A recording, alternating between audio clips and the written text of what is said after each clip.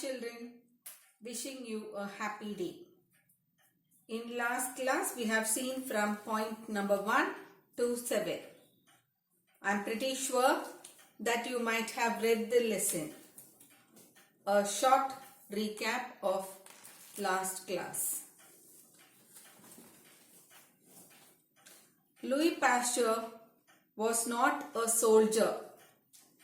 He fought in the battle, but he was a fighter who fought against disease and cured them. He found medicines to cure the disease. Louis Pasteur worked hard in his laboratory with test tubes and did many experiments, but all the time he was working to help the suffering people specially. And among that, Pasteur was able to help brewers, breeders of silkworm and cow keepers. Pasteur was very much interested in conducting new experiments in chemistry, and he decided to solve some difficult problems that worried the chemists and the scientists. While trying to solve difficult problems, Pasteur used to sit for hours, silent and immovable, thinking hard. He found this was the easiest way to solve a problem. When he found a solution, he would happily rush around to tell his discovery to his wife and his helpers who were helping him. This reveals he was a simple man who found joy in helping mankind by finding cure to many diseases. One of the chief industries in Lille manufactured alcohol from beetroot. Pasteur discovered many things about yeast by helping this brewer. Yeast is made up of tiny living cells. It is used to make beer foam and bread rise up lightly. When these cells were healthy, the yeast acted well. But if they were diseased, then the beer or bread went wrong. This is what we have seen in last class. So, now for today's class, I am here to explain from point number 8 to 16. Please be attentive and listen carefully. Point number 8. Reader. After a few years, Pasteur was made Director of Scientific Studies at a famous college in Paris. He was still thinking about decay and yeast and germs. And one of the problems that he was trying to answer was this. Do germs form from other germs or do they just come of themselves? Explanation.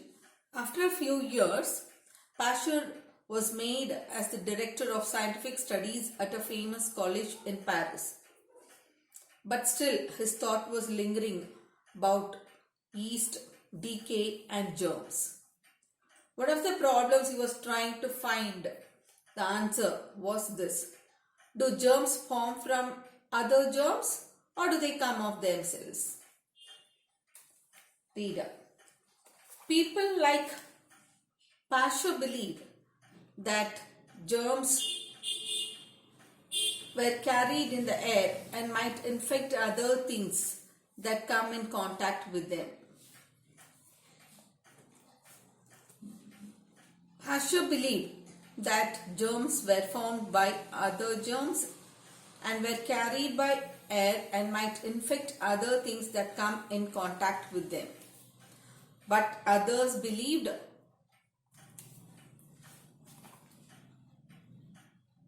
in what they called spontaneous generation. That is, they believed that germs had no parents but they just occurred by themselves. But others believed in spontaneous generation of germs, that they had no parent germs, they come out by themselves.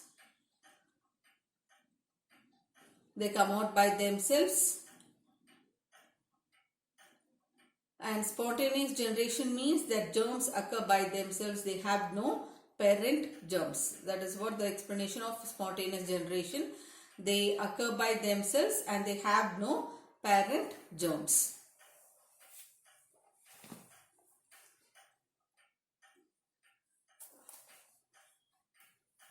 Point number 9. Pasteur proved that he was right by a very simple and clever experiment. He put some soup into 3 bottles and then he boiled it in order to destroy any germs that might already be in the soup. After that, he heated and pulled out the neck of each bottle until it formed a narrow neck, long narrow neck with a big bend in the middle. The soup remained there for a long time and it never went bad as it would have done if it had been standing in a bowl in the kitchen.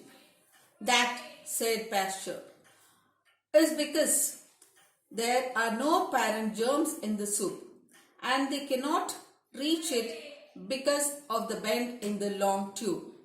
So he took one of the bottles and spilled a little of the soup down the tube so that it settled in the bend. This soup went bad. He often speaks of dust traps. Well, this bend in the tube was a dust trap because the dust, which as we now know may carry germs with it, could get as far as the bend but no farther, and it settled there and infected the soup. So now Louis Pasteur, he proved his statement with an experiment. Pasteur believed that germs were in the air and they infected things that they came in contact with. So germs are carried by the air and dust particles. He proved that he was right by a very simple and clever experiment. He poured some soup into some bottles and he heated it so that the germs present in the soup might be destroyed or killed. After heating, he pulled the neck of these bottles and formed a long narrow neck with a big bend in the middle. You can see in the pictures over there. A swan neck flask, a kind of bottle with the soup at the bottom of the bottle. The soup in the bottle was as fresh as the soup which was kept in the kitchen for a long time because already it is heated, so it was now fresh there, no germs in it. Pasteur said that was because there were no parent germs in the soup and the germs cannot reach the bottom of the soup because of the bend in the middle of the long tube. So that you can see he pulled the neck and there was a long big bend over there. So because of that, germs cannot reach the soup which is in the bottom of the flask. So the germs cannot reach to the bottom of the soup because of the bend in the middle of the long tube. Then he took one of the bottles and tilted the bottle. He tilted the bottle and let the soup flow into the tube or into the bend for the soup to settle in the bend. You can see there in underneath the B, there you can see it is tilted, and let the soup flow into the tube or into the bend for the soup to settle in the bend. The soup settled in the bend, was spoiled and it went bad. We know about dust traps where dust particles are collected. Well, the bend in the flask was a dust trap because the dust would carry germs with it, so it could reach the soup in the bend and settle there and infected the soup. Like this, hundreds of experiments Pasteur has made to prove that germs are carried by the air and dust particles.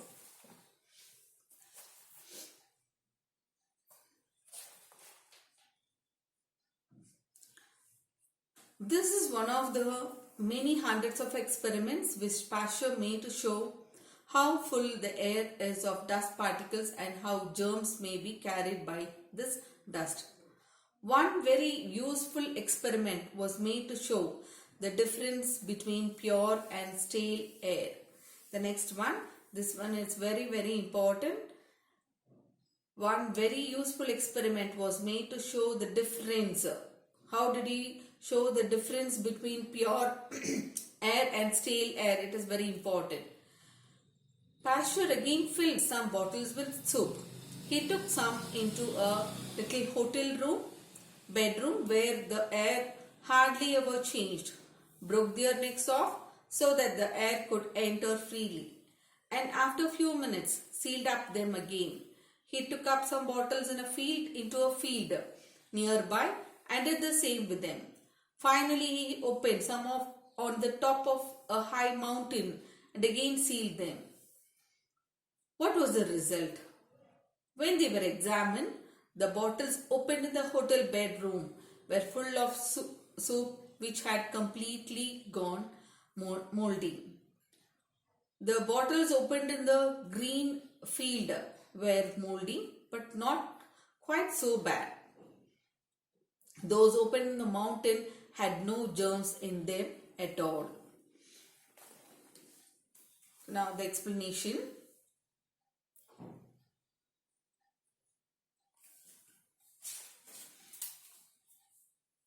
So he made a very useful experiment to show the difference between pure air and stale air.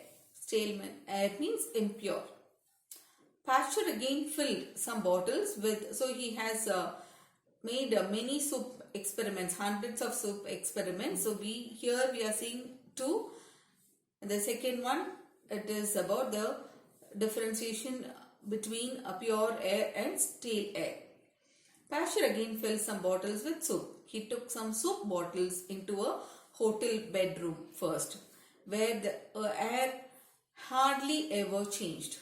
He allowed air to enter into it and sealed it again. So first he took the bottle there, he broke the top and opened the top, and then again he allowed the air to enter into it, and the hotel bedroom will be always closed. Only when the people go, they'll just open it. Until then it will be closed.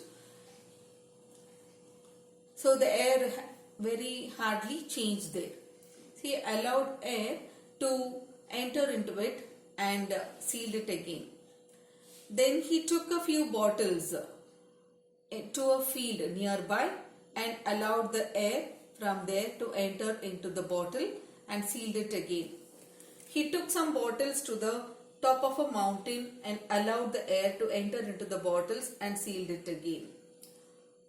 After a few days, it was noticed that the soup in the bottles from the hotel bedroom had turned moldy. Moldy means it has completely gone bad or spoiled. Moldy means a green soft material grown on the surface. Moldy meaning a green soft material grown on the surface. Next, the bottles opened in the field were moldy but not completely spoiled as the bottles of the hotel bedrooms. And whereas the soup in the bottles from the mountain top had no germs at all. Thus he said that pure air does not breed germs. As we all know, in closed area rooms, the air would be fully polluted. So germs would be present in the air there. So the bottles there were completely moldy. Next, fields, the plants and trees would take the carbon dioxide and give out oxygen. So we get fresh air there. That is why the bottles opened there were somewhat moldy. Last, on the top of the mountains, it would be very fresh and fine because of no pollution. So the bottles opened there on the top of the mountains had no germs at all in them. Point number 11, reader.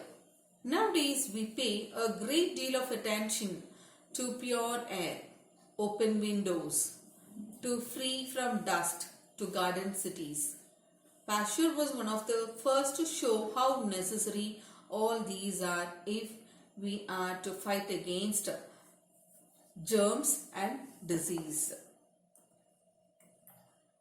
Nowadays, we give much importance and attention to pure air, to keep the windows open, dust-free areas, cities fully with greenery, pleasant and presentable green cities, which is hygienic too. Pasteur was the first to show that to fight against diseases and germs, how very important all these are. That is pure and fresh air, open windows, free from dust, and garden cities are important to fight against germs and diseases. Point number 12. Another very useful discovery of Pasteur's while he was working in Paris was the process which we now call after him pasteurization. Some French wine growers were troubled by a germ which had turned their wine sour. Pasteur showed that by heating the wine or milk or whatever it might be to a temperature of 50 to 60 degrees centigrade, the germs were made harmless.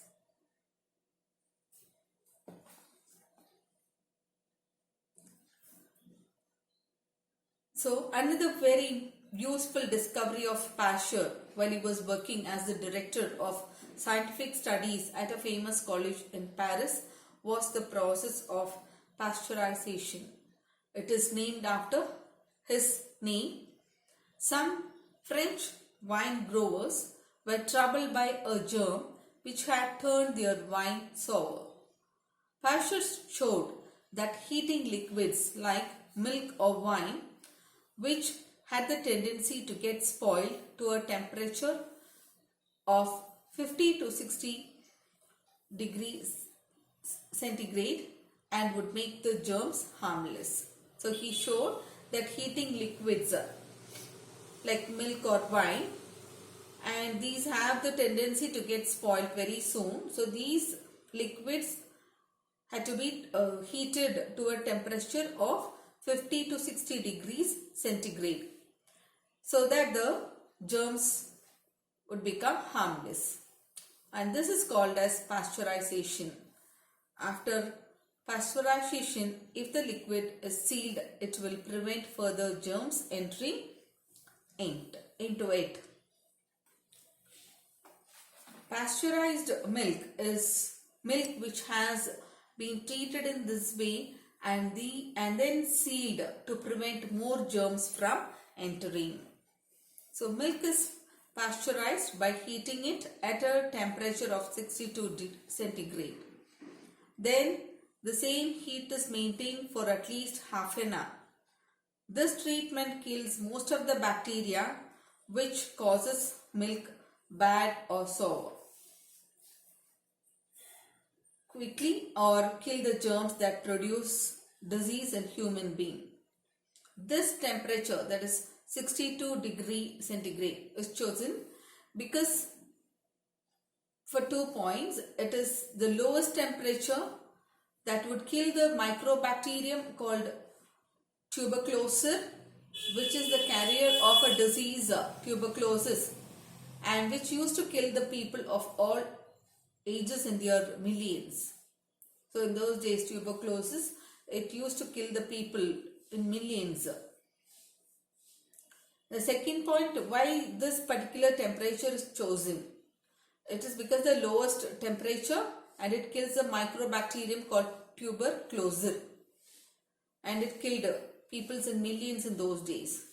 First point. And then why this, again second point, why this particular centigrade is chosen, 62 degree centigrade is chosen. This temperature is low enough to retain the taste of the milk. It would not alter the taste much. So pasteurized milk is much better and safer even for babies too than than untreated milk. This process is named as pasteurization after the French scientist Louis Pasteur. Now point number 13. Read. Louis Pasteur was what we should call an all-round scientist. All the researches which he did in his laboratories was meant to help his fellow human beings. It would be impossible to imagine Pasteur experimenting with explosive or poisonous gas. So Louis Pasteur was called as an all-round scientist. All the researches that Pasteur did in his laboratories was meant to be helpful in the development of his fellow human beings. His inventions were always constructive, useful for the human beings. He wanted to make the life of the people healthy and happy. So it would be impossible to imagine that Louis Pasteur experimenting with explosives or poisonous gases which would cause destruction to mankind. This question also important. Why is he called a all-round scientist? And why didn't he experiment with explosives or poisonous gases? He did not, because he wanted to help the human beings, and he was always thinking about the development, how he can help the people through his inventions, and his inventions were always constructive.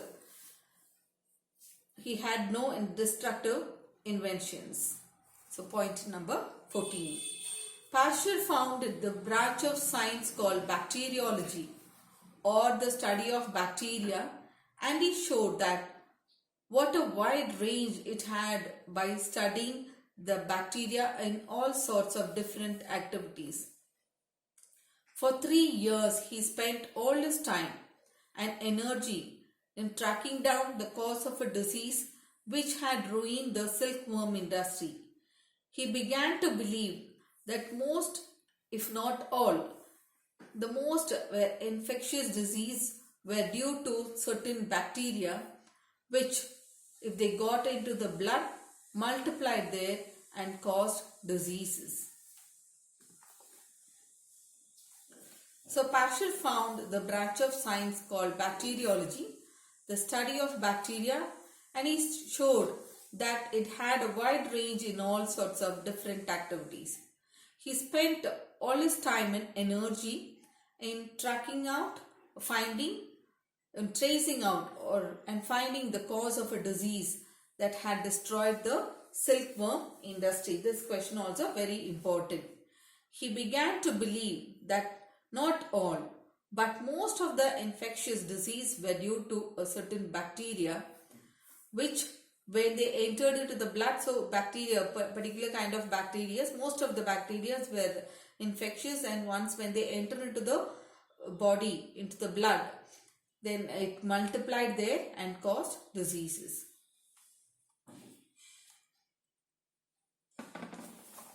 Point number 15. Many other men were working and experimenting against those bacteria which were the enemies of man and which were invisible but present everywhere and always ready to attack. Dr. Jenner in England had already discovered vaccination for smallpox, but inoculation against other diseases had not yet started. Many other scientists were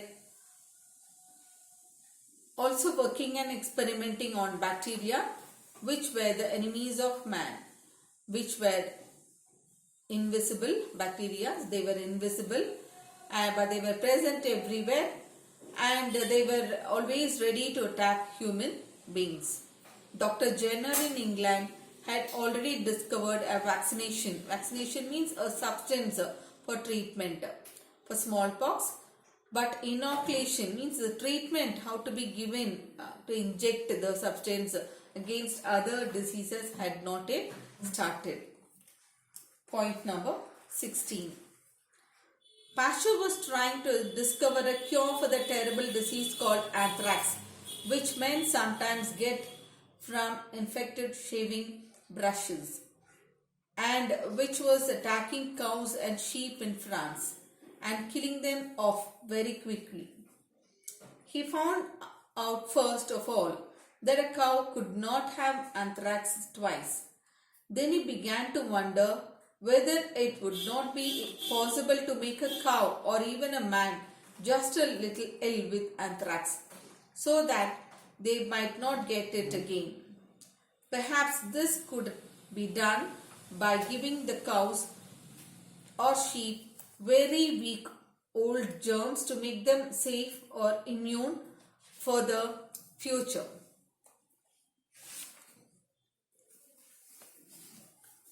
Pasteur was trying to find a cure for the terrible disease called anthrax. Sometimes men get this kind of disease, anthrax, from infected shaving brushes. So men, they get this from infected shaving brushes. This disease, anthrax, was attacking the cows and sheep in France and was killing them quickly. Anthrax is caused by a spore-forming bacterium. You can see there, spore-forming bacterium. It mainly affects animals. Humans can be affected through contact with an infected animal or inhaling spores. First of all, he discovered that the animal, for example, a cow, would not be affected by this disease, that is anthrax, twice. If a particular animal is affected first, again it cannot be affected. For example, we fall sick due to fever, stomachache, headache and other illness. Often we fall, but a person would not be affected twice by the disease called anthrax.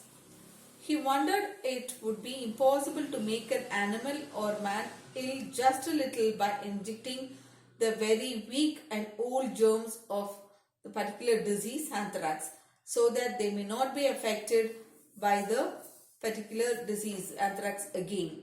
So he wanted to test this theory by injecting the cows or sheep with the very weak and old germs. So by injecting the very weak and old germs of the particular disease, anthrax, into the body of an animal, and so it will not be affected again. They would make them safe or protective for the future. So if the big germs are injected, then it will not be affected by that particular disease. This is what he found.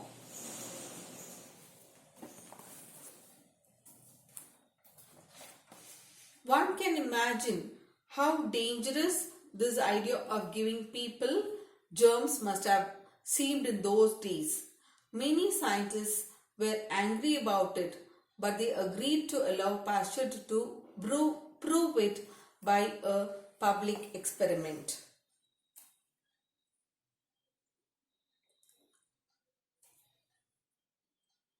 So injecting the weak and the old germs, it would make the people safe and protective for the future. So we can just imagine how dangerous this idea of injecting the weak and the old germs into the human body would have been seen in those days. Many would not have accepted this thought. This idea angered many scientists because it was a dangerous idea. But at last the scientists allowed Pasteur to prove his theory by performing an experiment in front of the public. Okay, for today's class, point number 8 to 16 is over, children. Next, read the text without fail and today's home assignment 2. Homework, learn and write question number 7 to 11 in your homework, and classwork, write 7, 10 and 11. Post both the classwork and homework tomorrow along with the index page. Thank you.